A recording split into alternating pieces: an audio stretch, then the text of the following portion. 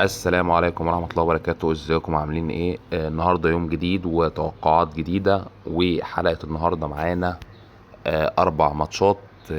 الناس الجديدة اللي بتتابعنا لسه، ما تنساش تعمل لايك للفيديو واشتراك للقناة. بناخد كل يوم 5 مشتركين من الناس الجديدة في القناة. بنشحن لهم بقيمة 100 جنيه كل واحد. بنختار 5 عشوائي، بنشحن لهم بقيمة 100 جنيه.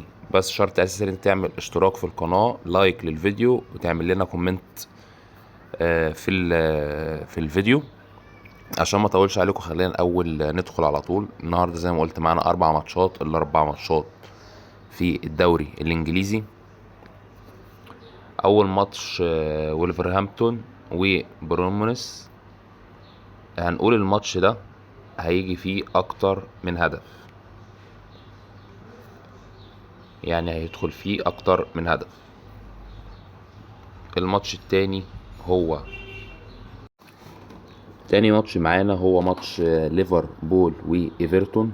هنقول فوز ليفربول.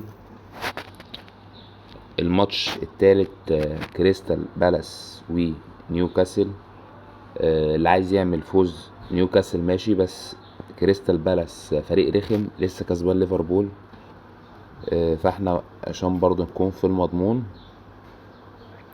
هنختار فوز او تعادل نيوكاسل، يعني عملناها فرصة مزدوجة.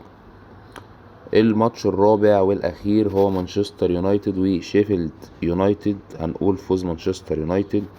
شيفيلد يونايتد ده عمال يشيل في الدوري كله، ما يعتبر ما كسبش كام ماتش على بعض، والتوقعات يعني كلها رايحه لمانشستر يونايتد. طبعا الناس ما تعملش اسماء مطوله زي ما انا عامل كده، احنا بس بنجمعهم كلهم عشان ما نتوهش. كل واحد يتوقع الماتش اللي هو عايز يتوقعه اللي شايفه من وجهة نظره صح.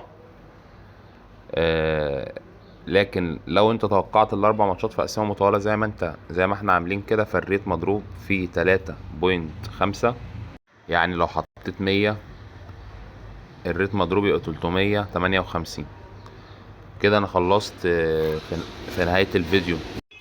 بشكركم على حسن المتابعة، والناس اللي عايزة برضو تبص على كود القسيمة اللي احنا عملناها، ده كود القسيمة اهو ظاهر قدامكم. في نهاية الفيديو بشكركم. ما تنسوش تعملوا لايك للفيديو واشتراك للقناة، والسلام عليكم ورحمة الله وبركاته.